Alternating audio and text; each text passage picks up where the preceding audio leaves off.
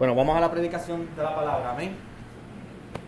Amén, hermanos. Seguimos adorando al Señor y ahora lo hacemos por medio de la predicación de su palabra. Y en esta mañana seguimos nuestra serie en los Salmos y hoy vamos a ver al Salmo 2. Salmo 2. Puedes buscarlo en tu copia de la palabra de Dios o lo puedes leer en la pantalla, pero le quiero pedir una vez más, si eres capaz físicamente, que por favor se ponga de pies para honrar la lectura de la palabra del Señor, la palabra santa, perfecta, inspirada de Dios. Salmo 2, dice así la palabra del Señor. ¿Por qué se amotinan las gentes y los pueblos piensan cosas vanas? Se levantarán los reyes de la tierra y príncipes consultarán unidos contra Jehová y contra su ungido, diciendo: rompamos sus ligaduras y echemos de nosotros sus cuerdas. El que mora en los cielos se reirá, el Señor se burlará de ellos. Luego hablará a ellos en su furor y los turbará con su ira. Pero yo he puesto mi rey sobre Sión, mi santo monte. Yo declararé el decreto. Jehová me ha dicho: mi hijo eres tú, yo te engendré hoy. Pídeme y te daré por herencia las naciones, y como posesión tuya los confines de la tierra. Los quebrantarás con vara de hierro, como vasija de alfarero los desmenuzarás. Ahora pues, oh reyes, sed prudentes, admitid amonestación, jueces de la tierra, servir a Jehová con temor y alegraos con temblor. Honrar al Hijo para que no se enoje y perezcáis en el camino, pues se inflama de pronto su ira. Pero bienaventurados todos los que en Él confían. Palabra de Dios. Hermanos, oren conmigo una vez más para la predicación en esta mañana.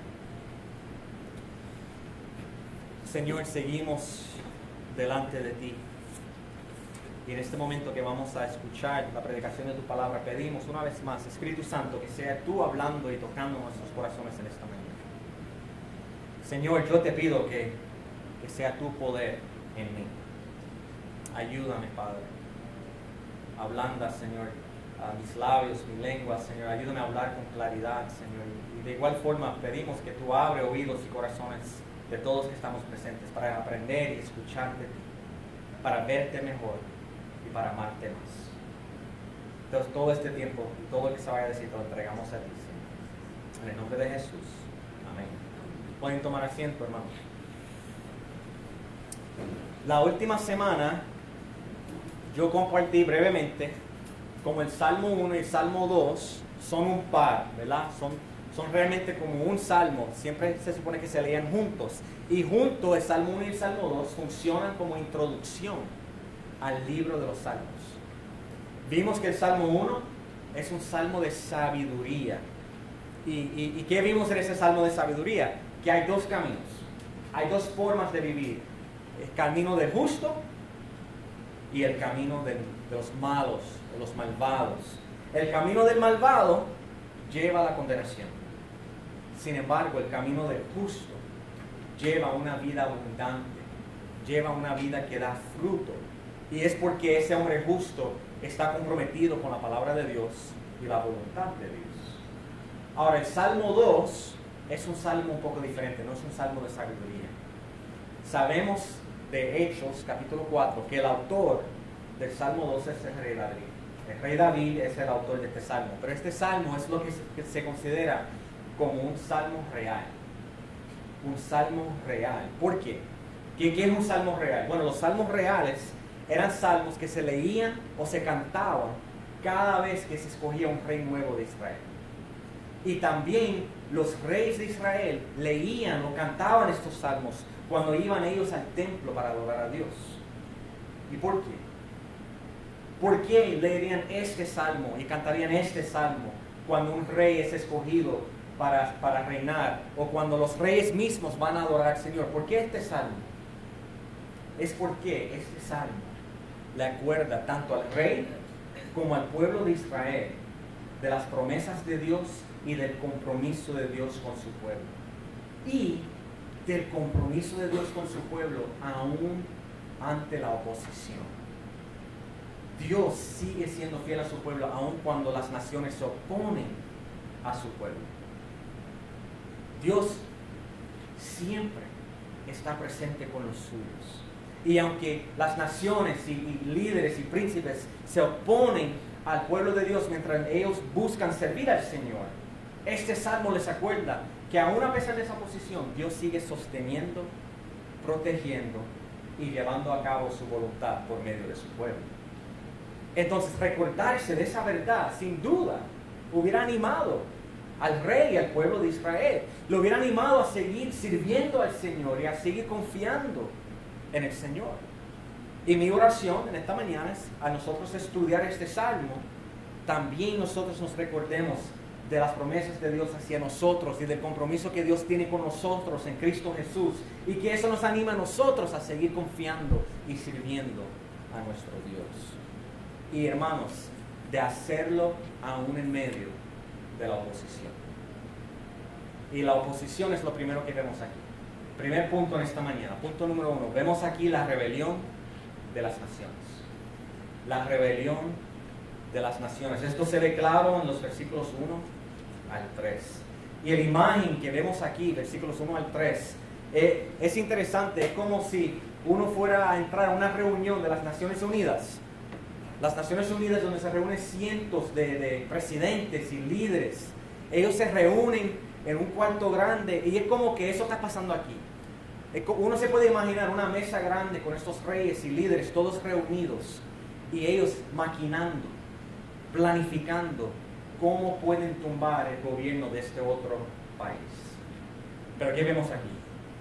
Que ellos no están maquinando. Cuando dice pensando cosas vanas, una mejor traducción, hermanos, es que ellos están conspirando. La palabra ahí es conspirando. Pensando cosas vanas realmente es que ellos están haciendo planes, están conspirando. Pero no están conspirando en contra de otra nación. ¿En contra de quién están conspirando ellos?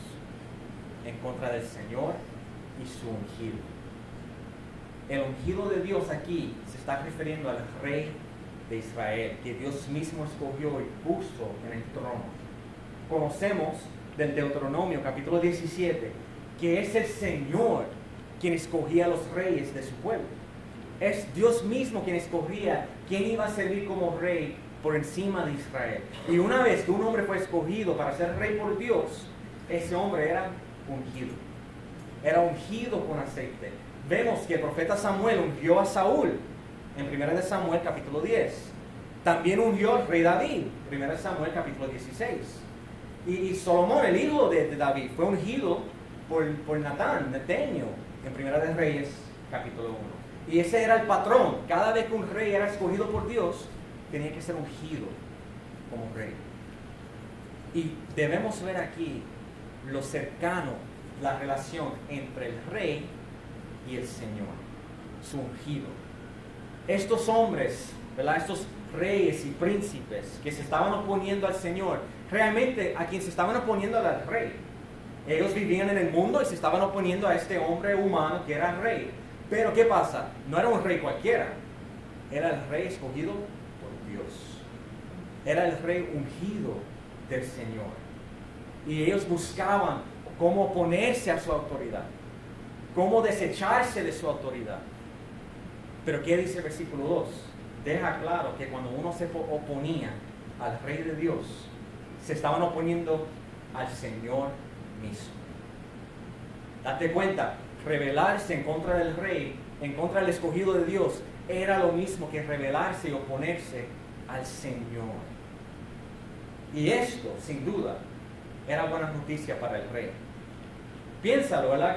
¿Qué recordatorio más importante de quién él tiene en su esquina, como quien dice?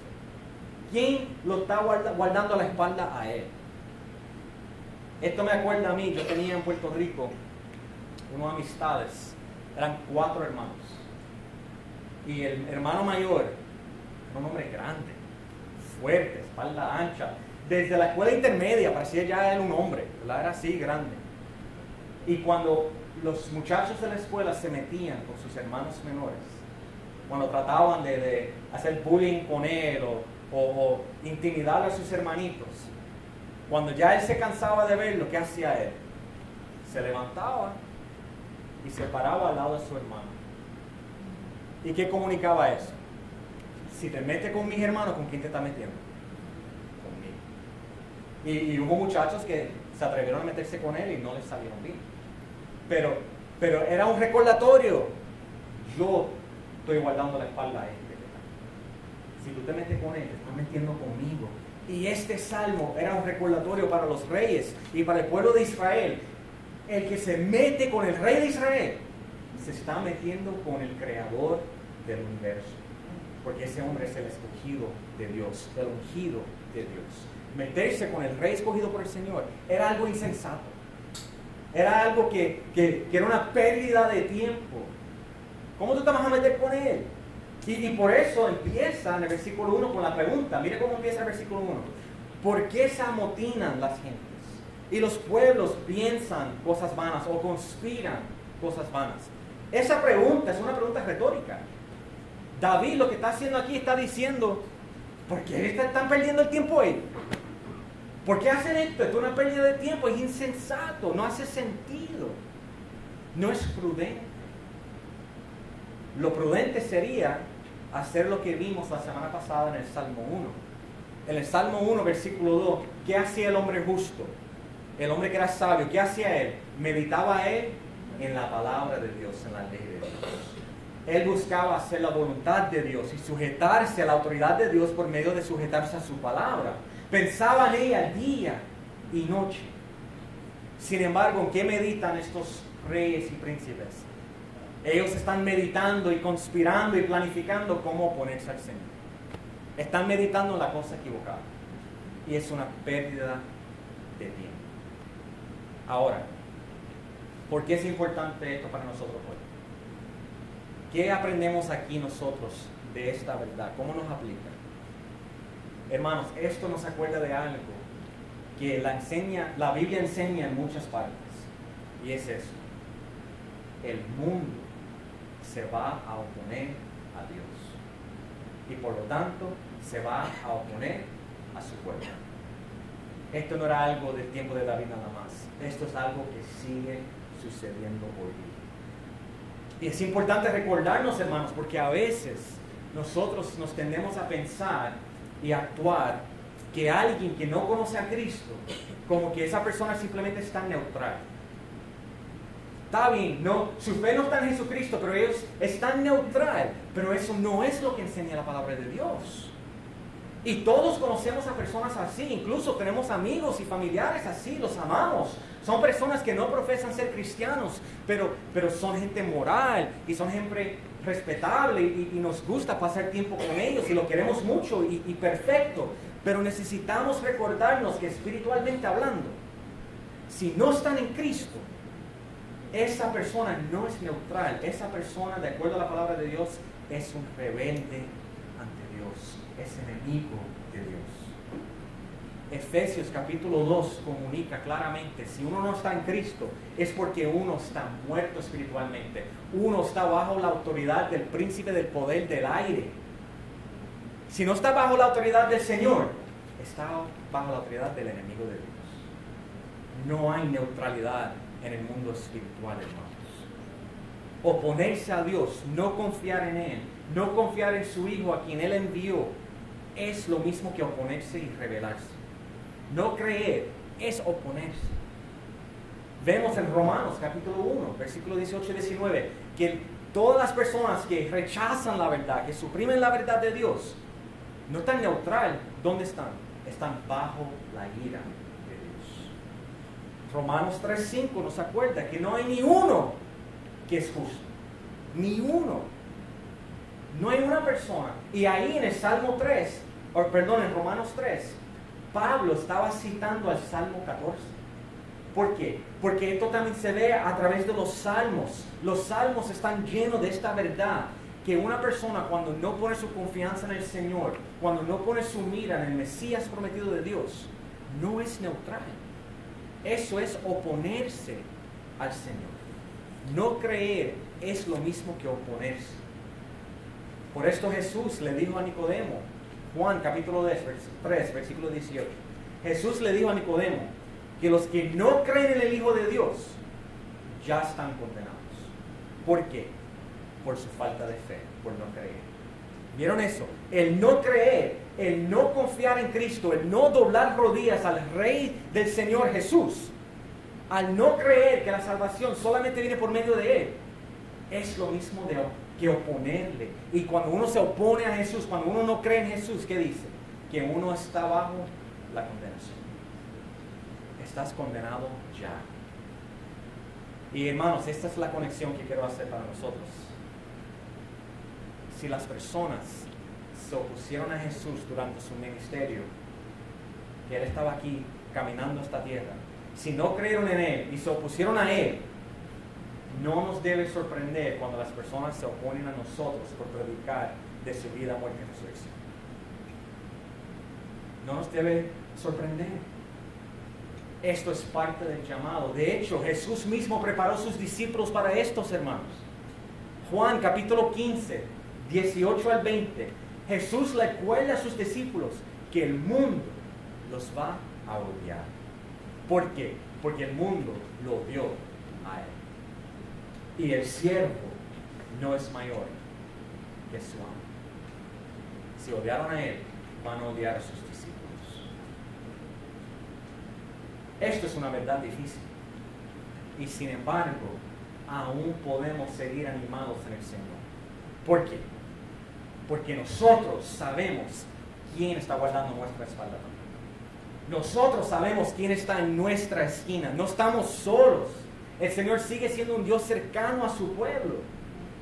A mí me encanta Hechos, capítulo 9, versículo 4, cuando el Señor él para a Saúl del camino a Damasco. Y Él lo detiene ahí. Y Él no le dice a Saúl, Saúl, Saúl, ¿por qué persigues a mi iglesia? ¿Se acuerdan qué es lo que le dice el Señor a él? ¿Por qué me persigues a mí? ¿Por qué? Porque Dios se identifica tan cercanamente con su pueblo que oponerse a su iglesia es oponerse a Él. Entonces, hermanos, así de cercano está Dios contigo y conmigo. Él está con nosotros. Él está ahí en nuestra esquina. Él está siempre ahí junto con nosotros. No nos deja solos, sino por medio de su Espíritu Santo nos da la capacidad, la esperanza. Nos da incluso el amor para aquellos que se nos oponen. Nos ayuda para seguir amando y hablando y predicando y tratando con paz y respeto a aquellos que quizás se nos oponen. Pero solos no estamos. Solos jamás vamos a estar, porque nuestro Dios está presente. Nuestro Dios es soberano. Y la soberanía de Dios es lo próximo que vemos aquí. Punto número 2. Vemos aquí la autoridad soberana de Dios ante la oposición. La autoridad soberana de Dios ante la oposición. Debes de ver la rebelión de las naciones, versículos 1 al 3. En el versículo 4 vemos la respuesta del Señor. Mira cómo responde Dios en el versículo 4. El que está en el trono de los cielos se ríe. El Señor se burla de ellos. En el Salmo 1, versículo 1, si se acuerdan, el hombre malo, el hombre que se opone al Señor, dice que él se sentaba en la silla de escarnecedores. En otra palabra, se burlaba de aquellos que querían honrar a Dios. Se burlaba del hombre justo. Sin embargo, ¿qué vemos aquí en el Salmo 2? Vemos lo opuesto. El Señor es quien tiene la última palabra. El Señor es quien se ríe de esta oposición insensata de estos hombres. El Señor es soberano. Él es rey. ¿Dónde está sentado Él? ¿Dónde está su trono? En los cielos. Entonces, ¿qué comunica eso? Que Él reina sobre todo. Y no importa quién se trata de oponerle a Él. Pueden ser reyes, pueden ser príncipes. El Señor no se preocupa, sino que se ríe, se burla. Ese intento es esto, no es nada. Estas cosas, esta oposición de estos reyes y príncipes o presidentes o gobernadores o quien sea, Estas personas no pueden cambiar los planes de Dios. Él está sentado en su trono en los cielos. El rey David, él usa este lenguaje, hablando o describiendo la respuesta de Dios para comunicar algo importante.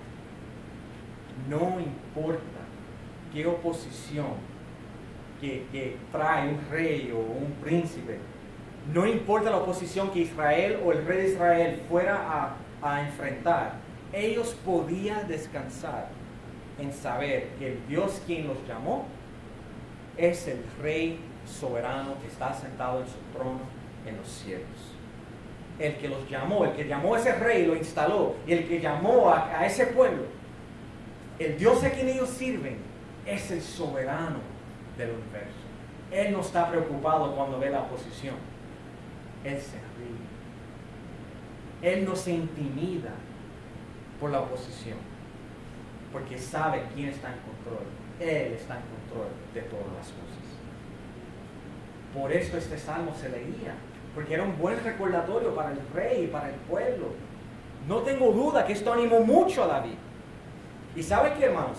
Este salmo animó mucho a la iglesia primitiva también. En Hechos capítulo 4 leemos algo bien interesante. Si los que conocen el libro de los Hechos, en el Hechos capítulo 4, Pedro y Juan fueron arrestados. Fueron arrestados porque sanaron a un hombre y porque estaban predicando el evangelio. Y los líderes judíos de ese tiempo, y no solamente los judíos, de los gentiles también, lo metieron preso y le dijeron a ellos dos: dejen de predicar ya. Aquí no se habla de eso. ¿Y cómo respondieron ellos? No se intimidaron. Vemos su respuesta, Hechos 4, 19 y 20.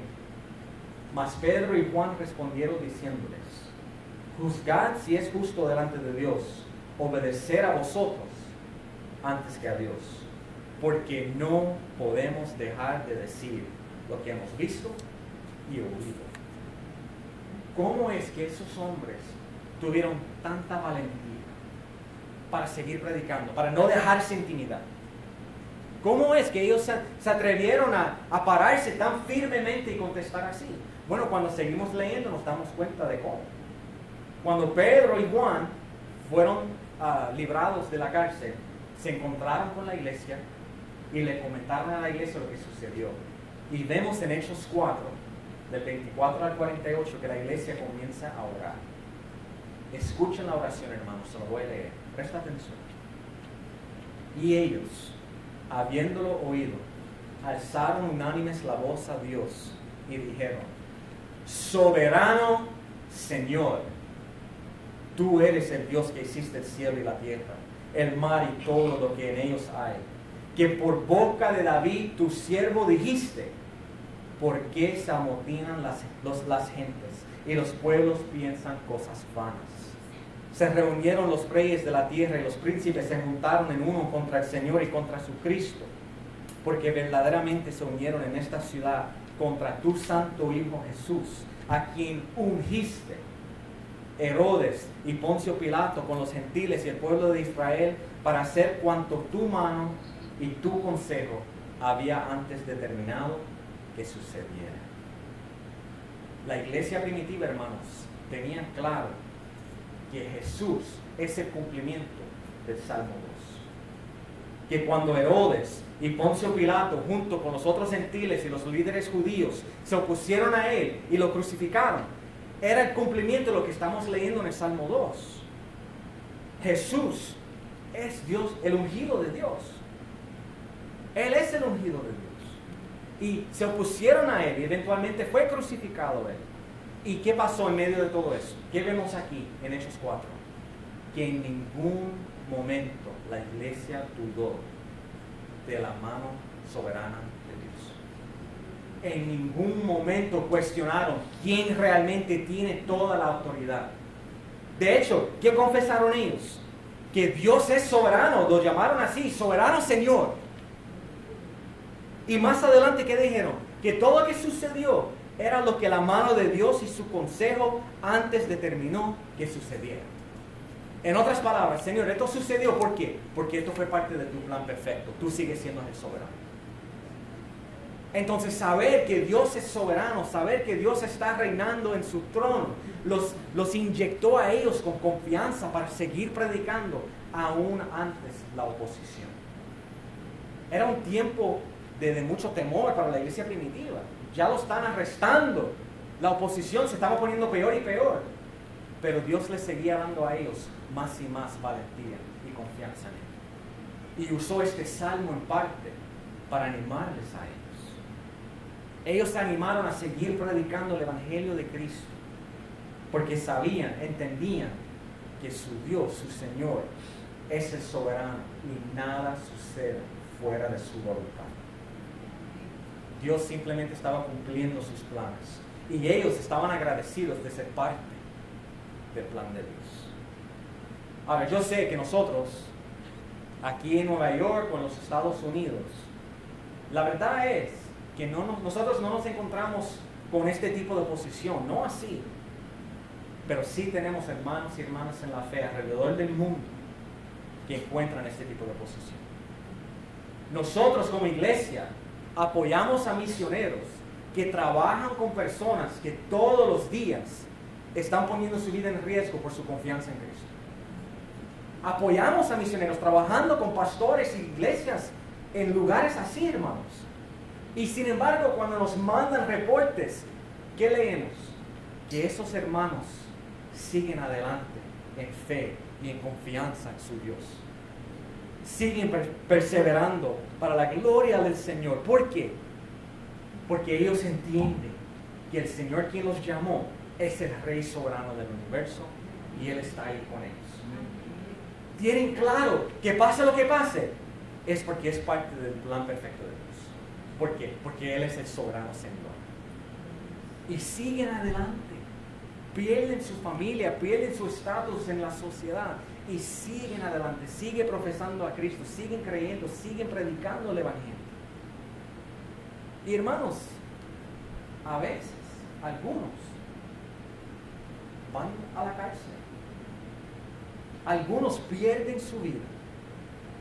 Y en esos momentos, ¿sigue Dios siendo soberano? Sí. Completamente. Aun cuando las cosas no salen como esperamos, aun cuando nuestros hermanos en la fe pierden su vida por su profesión de fe en Cristo, esto no deja de ser verdad. Dios sigue siendo Rey y Él lo ve todo. Vemos esto claramente en Hechos capítulo 7, cuando matan a Esteban, el primer mártir. ¿Se acuerdan del pasaje? Cuando están matando, apedreando a Esteban, ¿qué dice Esteban? Que él ve a Jesús de pie mirando. Está consciente, ve lo que está sucediendo. Y estaba de pie, ¿por qué? Porque estaba complacido en su Hijo, que le estaba siendo fiel a Él. Y un día, ese mismo Cristo va a volver y va a juzgar al mundo por su pecado también. Entonces nosotros, los creyentes, nuestros hermanos en la fe alrededor del mundo, podemos seguir animados y podemos tener valentía en el Señor ante las tribulaciones, ante la oposición e incluso ante la muerte. ¿Por qué? Porque sabemos que nuestro Dios, Él lo ve todo y un día Él hará justicia. Y sus hijos, sus hijas, los que están en Cristo, aunque nos quiten la vida en este mundo, sabemos que un día nos vamos a levantar y vamos a ser glorificados con Cristo. Y en ese momento vamos a ser vindicados, vamos a ser declarados justos, porque estamos en el justo Jesús. Entonces, hermanos, mi oración es que como iglesia, mientras pensamos en lo que significa esto, ¿verdad? Esto nos llena a nosotros de un sentido de confianza y esperanza en el Señor también. Cuando tú te encuentras con pruebas o quizás con oposición en tu trabajo o con tu familia por tu fe en el Señor, acuérdate, Él está en control. Él está en su trono en los cielos. Él lo ve. Nada sucede fuera de su control porque Él es el soberano Rey del universo. Y como tú estás en Cristo, ya Él está complacido contigo. Él te ama. Y Él está ahí contigo en todo momento. No desmayes, sigue adelante. sigue siendo fiel al Señor por medio de su Espíritu Santo. Y vemos aquí que Dios demuestra su soberanía, no solamente por reírse desde su trono celestial, sino que también dice aquí que Él ya ha puesto su rey. En otras palabras, Él cumplió su plan. Nadie puede detenerlo de llevar a cabo su voluntad. Y eso es el próximo punto en esta mañana. Punto número 3. ¿Qué vemos aquí? Vemos el rey prometido de Dios. El rey prometido de Dios. En el versículo 6 dice que Dios ya ha puesto su rey. Pero yo he puesto mi rey sobre Sión, mi santo nombre. David, el autor, sin duda estaba hablando de él mismo. Él fue escogido por Dios. Y a pesar de tanta oposición, el Señor lo estableció, lo puso como rey. Y Él sí reinó sobre Israel. Nada pudo detener el plan de Dios para Él. Ahora, ¿qué pasa? Acabamos de ver en Hechos 4 que este salmo no solamente es de la vida de David, sino que apunta a Jesús. Entonces, ¿cómo es que apunta a Jesús? ¿Cuál es la conexión aquí? ¿Cómo aplica a David y a la misma vez apunta a Jesús? Para entender eso, hermanos, hay que entender el pacto que Dios hizo con David. En 2 de Samuel capítulo 7, el Señor le prometió a David que aún después que él fuera a morir, él siempre iba a tener un descendiente sentado en el trono. Que los reyes de Israel iban a ser de su linaje y que Dios iba a establecer su trono para siempre, aún antes la oposición de otros. Ese pacto es lo que está detrás de este salmo. Y vemos eso en versículos 7 y 8. Las palabras en versículos 7 y 8 ya no es el narrador, sino que ahora estamos viendo el rey David mismo hablar. ¿Y qué dice el rey David aquí? Él comparte de lo que Dios le prometió a él. Y esto puede ser un poco confuso. ¿Por qué? Porque el rey David habla de que Dios le dijo a él, mi hijo eres tú. Y cuando uno piensa en un hijo de Dios, uno piensa en quién? En Jesús, en Cristo. Entonces, ¿cómo es que David es hijo de Dios? ¿Cómo entendemos esto? Cuando miramos la palabra de Dios cercanamente, hermanos, vemos en muchas partes que Dios se refiere a reyes y a hombres como su hijo. De hecho, en Lucas capítulo 3, versículo 38, Adán, el primer hombre, es llamado hijo de Dios. ¿Por qué? Porque Adán, como el primer hombre, tenía la responsabilidad de reflejar la imagen y semejanza de Dios al mundo. Eso es lo que quiere ser hijo de Dios, es reflejar el carácter de Dios, es ejercer autoridad de una forma que honra a Dios. Y por supuesto sabemos que Adán falló, él pecó. Y más adelante en Éxodo capítulo 4 versículo 22 vemos que Dios llama a Israel, toda la nación, su hijo. Israel tenía la misma meta, el mismo llamado, de vivir en obediencia a Dios y de reflejar el carácter y la imagen y semejanza de Dios a las naciones. ¿Y qué pasó con Israel? También fallaron, pecaron. Entonces, seguimos, y más adelante, 2 de Samuel 7, versículo 14, ¿qué le promete Dios a David? Que él y sus descendientes iban a estar en el trono para siempre. Y mira cómo Dios se refiere a los reyes futuros que van a salir de David. ¿Qué le dice el Señor? Yo le seré a él padre y él me será a mí hijo. Y si él hiciere mal, yo lo castigaré con vara de hombres y con azotes de hijos de hombres, pero mi misericordia no se apartará de él como la aparté de Saúl, al cual quité de delante de ti. Entonces David y los futuros reyes de Israel también son referidos como hijos de Dios. ¿Por qué? Porque como rey del pueblo, tenían ellos la responsabilidad de representar al pueblo. Y como reyes escogidos por Dios, tenían la responsabilidad de reflejar el carácter y la imagen y la semejanza de Dios. Y ya el Señor lo dijo. Y cuando pecan, cuando hacen lo malo, lo voy a castigar, pero no voy a apartar mi misericordia. Y eso fue lo que pasó. No pecó David, sí pecó. Y su hijo pecó, y todos los reyes pecaron. Entonces, ¿cómo es que el Señor puede escoger un hombre que va a reinar para siempre del linaje de David si todos pecan y todos mueren? Porque un día el Señor aseguró de que iban a ser un hombre, y ese hombre no era simplemente un hombre, era también el Hijo de Dios. Y nació del linaje de David. Y como escuchamos ahorita de Hebreos, Él es el Hijo de Dios. Él es descendiente de David. Él es el Mesías y Rey prometido. Y Él hizo lo que ninguno pudo hacer. Obedeció a Dios perfectamente y nunca pecó. Y sí murió, fue crucificado, pero resucitó el tercer día y ahora vive y reina para siempre. Así es que Dios cumple su promesa por medio del Mesías, su Hijo Jesucristo. Y Él, estando sin pecado, fue crucificado como criminal, pero no murió por sus pecados, sino murió por el pecado de todo aquel que pone su fe y confianza en Él. El que se arrepiente y cree en Cristo es perdonado y es salvado, pero hay que creer y hay que confiar en Él. Ahora, en el versículo 7 del Salmo 2, el Señor también le dijo a David: yo te engendré hoy. ¿Cómo entendemos eso y cómo aplica eso a Jesús? Esto se está refiriendo al día que David fue nombrado, instalado como rey. Es su instalación como rey de Israel.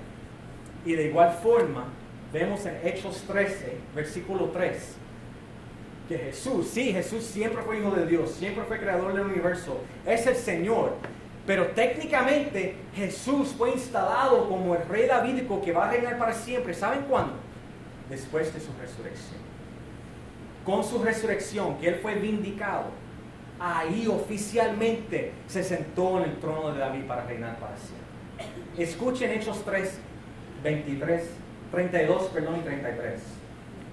Y nosotros también os anunciamos el evangelio de aquella promesa hecha a nuestros padres, a cual Dios ha cumplido a los hijos de ellos, a nosotros, resucitando a Jesús, como está escrito también en el Salmo 2: mi hijo eres tú, yo te he engendrado hoy.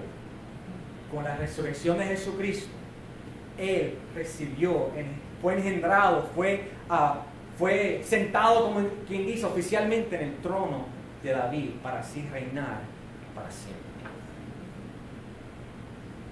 Y si te das cuenta, en el Salmo 2, versículo 8, el Señor le dijo a David: pídeme las naciones. Pídeme, yo te daré por herencia las naciones y los fines de la tierra. Pero sabemos muy bien que David nunca reinó sobre toda la tierra. No, fue un hombre y pecó y su confianza completa no estaba en el Señor. Pero, ¿qué vemos aquí? Jesús, después que fue resucitado, ¿qué dijo Él a sus discípulos en Mateo 28? Toda potestad me es dada en el cielo y en la tierra. Por tanto, id y hacer discípulos, ¿a dónde? A todas las naciones. Cuando Cristo fue resucitado e instalado como el rey davídico, Él sí le pidió las naciones al Padre y el Padre se lo entregó. Y ahora Él tiene toda autoridad sobre todo el mundo. ¿Y qué hace Él? Envía a sus hijos, a los discípulos, a ir y predicar a las naciones. Porque por medio de su iglesia y por medio de la predicación del Evangelio es que las naciones van a escuchar y creer en Cristo. Y van a entender que Él es el Rey soberano y solamente hay salvación en Él. Pero es por medio de proclamar este mensaje, este Evangelio. Y hermanos, nos debe animar saber que nuestro Señor está sentado en su trono y que nuestro Señor ya ha enviado a su Rey prometido, y ese Rey es el Rey a quien nosotros servimos. Y como le servimos a Él, debemos pedir al Señor que nos ayude a no temer en compartir nuestra fe, a no temer en hablar de nuestras convicciones y nuestra esperanza en Cristo, sino hacerlo con gozo y hacerlo con paz y alegría. ¿Por qué? Porque queremos que todas las naciones conozcan de su bondad. Ese es nuestro llamado como iglesia. Y debemos pedir al Señor que nos ayude a hacerlo, a nosotros ser buen siervos de nuestro Rey, el Rey prometido. Ahora, ¿qué deben hacer aquellos que no confían? ¿Cuál debe ser la respuesta de las naciones? Último punto en esta mañana. Punto número 4. Vemos aquí un llamado al arrepentimiento y a refugiarse en el ungido de Dios. Hay un llamado al arrepentimiento y a refugiarse en el ungido de Dios. Como Dios es el Rey soberano y Jesús, su ungido, está reinando para siempre. Vemos en versículos 10 al 12 que el Señor les ofrece a sus enemigos una oportunidad más para arrepentirse. Para arrepentirse y para poner su fe en el ungido. Y llama a los reyes y los príncipes a ser prudentes. Bueno, en el Salmo 1 ya vimos que ser prudente es ¿qué? Es meditar en la palabra de Dios. No meditar en cómo uno puede conspirar. Eso es una pérdida de tiempo. A Dios nadie se le puede oponer. Ser prudente es meditar en la palabra de Dios. Y es creer lo que dice el Señor, que Él va a enviar a su Mesías para rescatar al mundo. Y es entender eso y poner su confianza en ese Mesías. Es entender eso y arrepentirse y doblar rodillas ante el ungido. No deben rebelarse en contra del Señor, deben servirle con temor, como vemos aquí. Deben ellos honrar al Hijo. En el hebreo, en vez de honrar, ¿sabe lo que dice? Besar. Besar al Hijo, ¿verdad? Es una muestra de que yo me sujeto. Usted es el que manda. Es honrarlo a Él, es besarlo a Él. Y si no lo hace, ¿qué vemos en el versículo 12? Si no escogen ese camino del justo, van a ellos perecer en el camino. Sin embargo, todos aquellos que miran al ungido en arrepentimiento y en fe serán bienaventurados. Es bienaventurado todo el que se refugia en el ungido de Dios. Para aquel tiempo hablaba del Rey de Israel, pero hoy día sabemos quién es el ungido de Dios. Es el Hijo de Dios, Jesucristo. Hermanos, vemos aquí la esencia del Evangelio que somos llamados a predicar. Cuando nosotros hablamos de la salvación por medio de Cristo, hay que ser transparentes, hay que entender algo. Esto no es un llamado, mira, Dios te puede hacer feliz. Dios te ama y quiere darte tu mejor vida ahora. Sí, Dios lo ama, pero esto no es un llamado simplemente a la felicidad. El Evangelio es un llamado ¿a qué? Es un llamado a las personas a arrepentirse de sus pecados, a dar su espalda a sus pecados y a reconocer que ellos no son reyes de su vida, sino que Cristo es Rey. Es un llamado a sujetarse a Él, a honrar al Hijo, a doblar rodillas ante el Hijo y entender que Él es el único que nos puede salvar. Él es el único que nos puede perdonar y rescatar y redimir. Nosotros somos llamados de honrarlo a Él y servirle a Él, no Dios a nosotros. Entonces, cuando compartimos esa esperanza con los demás hermanos, hay que comunicarlo claramente.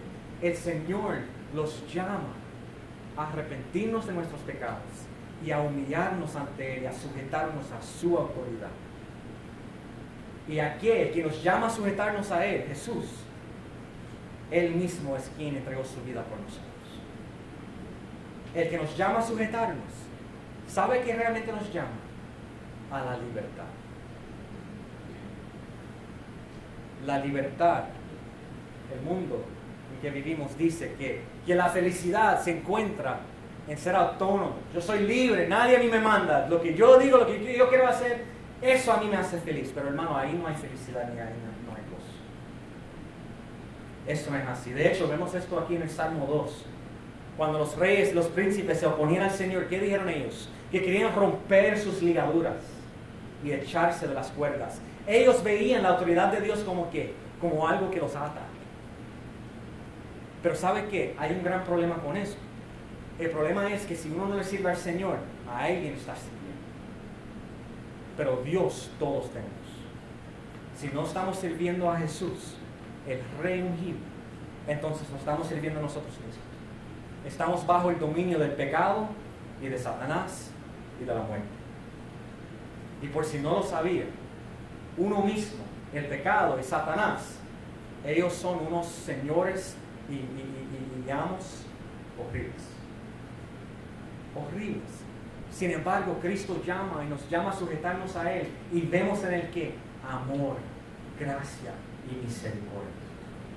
Sí nos da mandatos, nos da su palabra y nos llama a vivir una vida de santidad y nos dice, esto lo puede hacer, esto no lo puede hacer. Pero esos parámetros, hermanos, esos mandatos son para nuestro bien. Vivir dentro de esos mandatos nos ayuda a florecer y a crecer, a dar fruto. Esto me hace pensar en un pez. Imagínate un pez que vive en el océano. Y un día ese pez dice, ya, estoy cansado de ser atado por este agua, yo voy a salir y voy a vivir en la tierra. Quiero ser libre, quiero ser feliz de verdad. Cuando sale del mar, ¿qué le pasa a ese pez?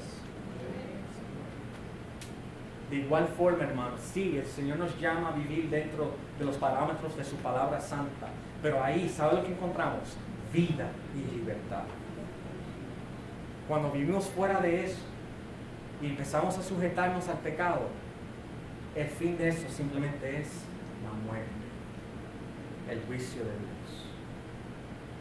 Si tú me estás escuchando hoy día y no te has arrepentido de tus pecados, si tu fe y confianza no está en Cristo, te quiero animar, arrepiéntete, ponga tu fe en Él, crea que Él es el Hijo de Dios, que vivió una vida perfecta de obediencia y que en la cruz pagó el precio por tus pecados. Y al tercer día resucitó Él de la tumba.